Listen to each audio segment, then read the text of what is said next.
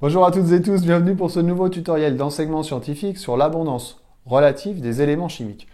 Première chose, bien entendu, il faut connaître la définition d'un élément chimique et donc je vous renvoie au tuto concerné dont le lien est dans les commentaires de cette petite vidéo. L'abondance, c'est donc une proportion, c'est un pourcentage. C'est la plupart du temps une proportion en masse. Cela signifie qu'on va étudier un élément chimique et que l'abondance de cet élément chimique, ça va être la proportion en masse de cet élément chimique par rapport à la masse totale de tous les éléments chimiques concernés. Bien entendu, tout dépend de ce qu'on regarde. On peut étudier la composition de l'atmosphère, la composition de la croûte terrestre, la composition du monde vivant ou bien de l'univers.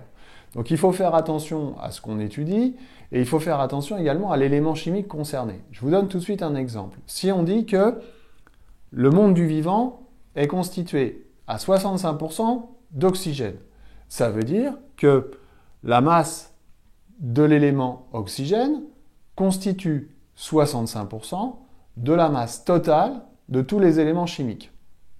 Je recommence.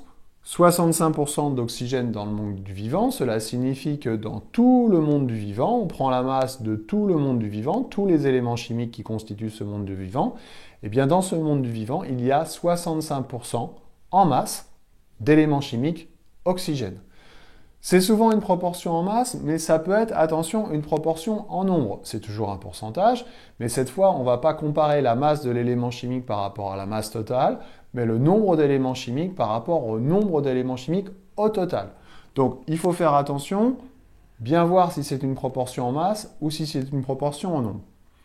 Autre point de vigilance, il faut faire attention à l'effectif concerné ou l'univers, sans jeu de mots, concerné. Ça peut être l'abondance dans l'atmosphère, ça peut être l'abondance dans le monde du vivant, ça peut être l'abondance sur Terre ou bien encore dans l'univers.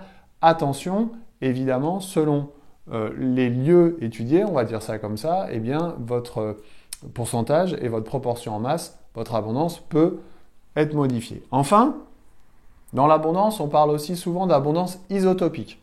Abondance isotopique, ça prend en compte les isotopes, les différents isotopes d'un élément chimique.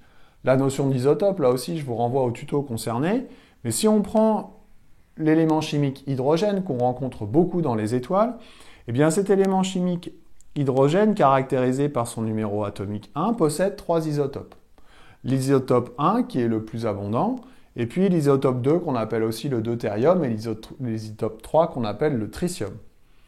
Quand on regarde ces 3 isotopes de l'hydrogène, on s'aperçoit que l'hydrogène 1 est abondant à plus de 99%.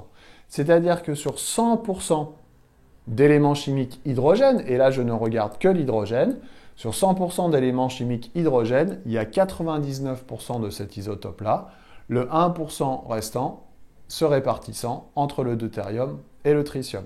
Voilà, donc l'abondance, c'est une proportion, c'est un pourcentage permettant de comparer un élément chimique ou un isotope par rapport à une population ou à une masse totale. J'espère que j'ai été clair et je vous dis à bientôt pour d'autres tutos. Bye bye.